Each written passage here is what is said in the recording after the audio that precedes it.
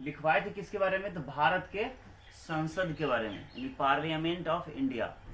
भारत के संसद के बारे में अनुच्छेद 79 में वर्णन है, आर्टिकल 79 में। वहां लिख दिया आर्टिकल 79।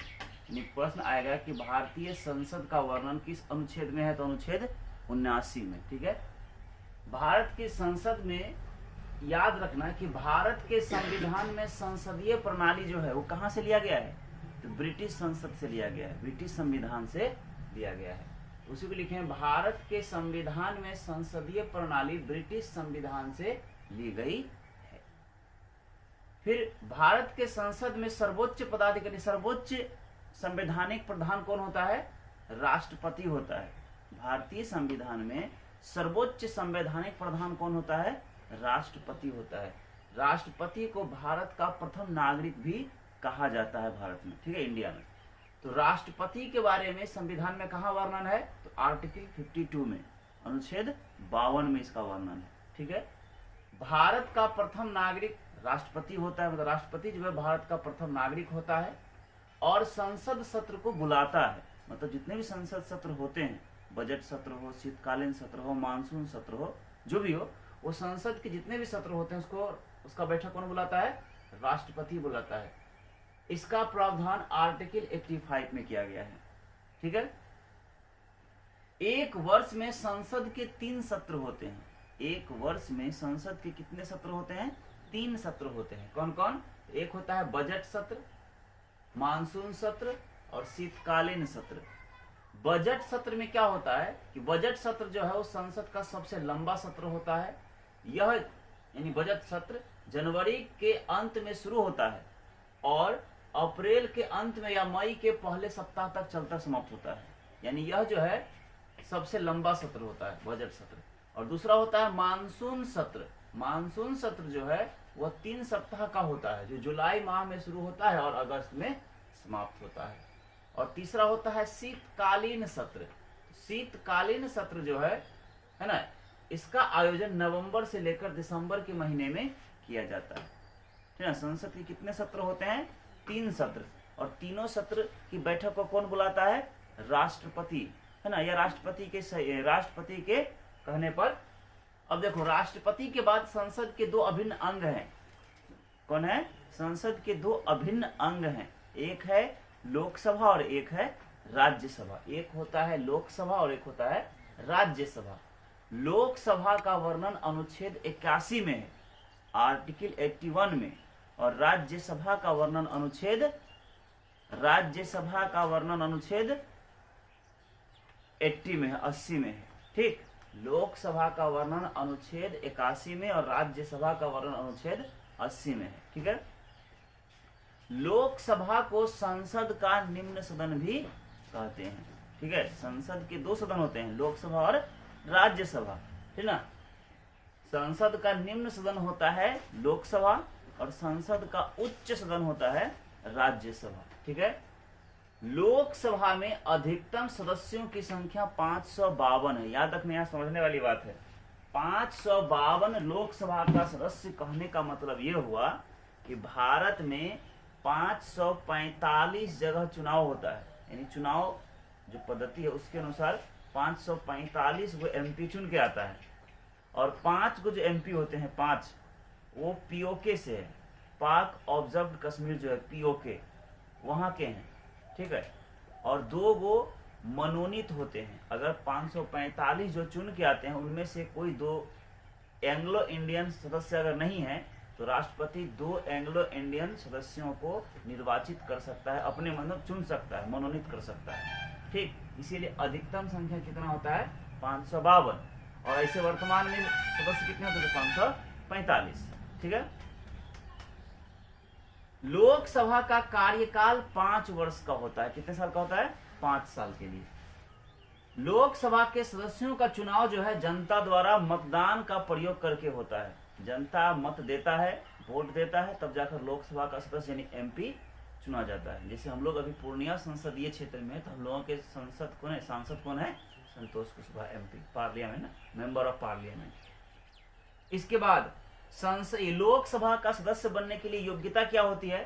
तो जो भारत का नागरिक हो, मतलब नागरिक कहाँ का हो, भारत का हो, साथ ही साथ न्यूनतम उम्र उसका कितना हो, 25 वर्ष से अधिक हो, मतलब 25 साल या 25 साल से अधिक हो, और वह किसी भी लाभ, किसी प्रकार के लाभ के पद पर नहीं हो, तो वह व्यक्ति लोकसभा का सदस्य बनने के योग्य माना जाता है।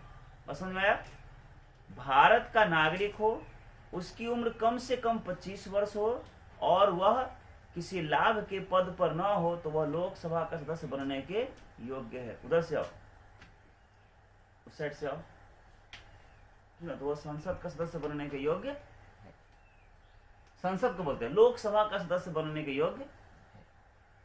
फिर लोकसभा को भंग किया जा सकता है, क्योंकि लोकसभा जो है संसद का अस्थायी अंग है।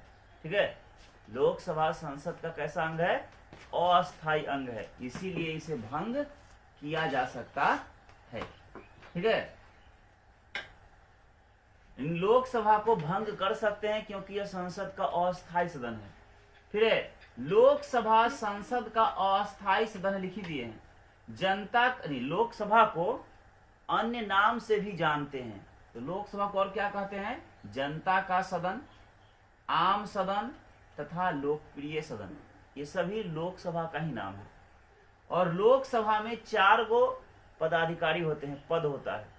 कौन कौन? एक होता है प्रोटेम स्पीकर, एक होता है अध्यक्ष, यानी लोकसभा के प्रोटेम स्पीकर, लोकसभा के अध्यक्ष, लोकसभा के उपाध्यक्ष और लोकसभा के महासचिव, ये 4 पद होते हैं। ठीक है, अभी वर्तमान समय में 17वीं लोकसभा चल रहा है। अभी कौन सी लोकसभा चल रही है? 17वीं लोकसभा। ठीक है, अभी वर्तमान समय में 17वीं लोकसभा के pro tem speaker doctor Virendra Kumar हैं। कौन है? डॉक्टर वीरेंद्र कुमार। अभी वर्तमान समय में 17वीं लोकसभा के अध्यक्ष हैं ओम बिरला। कौन है? ओम बिरला। और लोकसभा के उपाध्यक्ष का सीट अभी खाली है, कोई नहीं है, वो 2019 से खाली चल रहा है। ठीक है, और वर्तमान 17वीं लोकसभा के महासचिव का नाम है स्नेहलता श्रीवास्तव। कौन?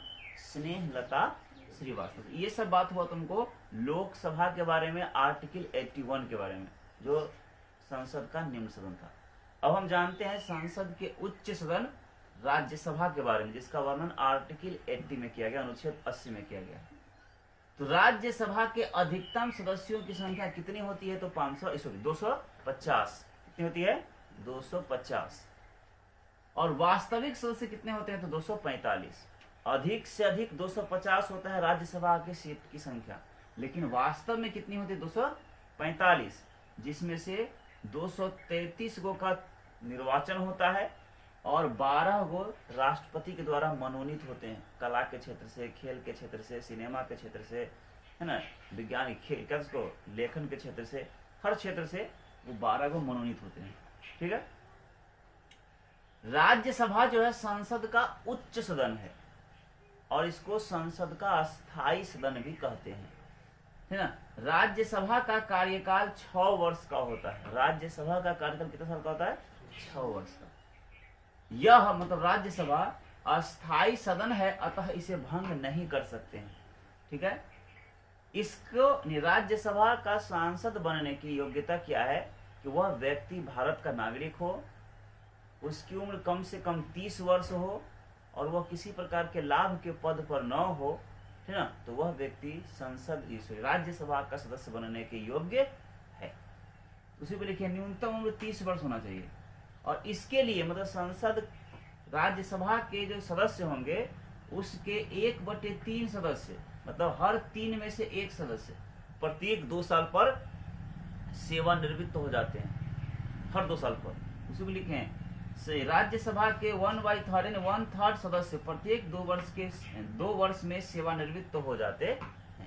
ठीक, और राज्यों का सदन भी राज्यसभा को कहा जाता है। राज्यसभा को राज्यों का सदन भी कहते हैं। और राज्यसभा में 3 पद होते हैं, मुख्य पद, एक सभापति का, एक उपसभापति का और एक राज्यपाल सचिव का।